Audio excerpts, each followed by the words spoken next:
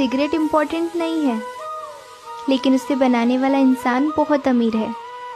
शराब इम्पोर्टेंट नहीं है, लेकिन उसे बनाने वाला इंसान भी बहुत अमीर है। और खाना जो कि बहुत इम्पोर्टेंट है, लेकिन वो इंसान जो उसे पैदा करता है वो आज भी बहुत गरीब है।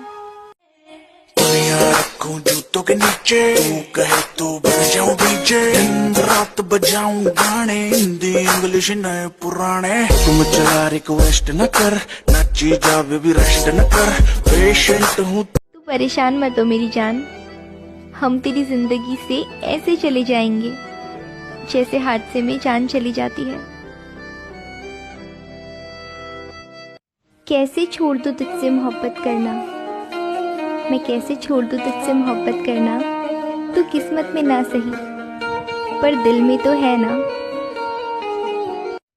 नाराज मत हुआ करो हमारी बातों से, हम गुस्सा भले ही करते हैं मगर प्यार भी तुमसे बहुत करते हैं।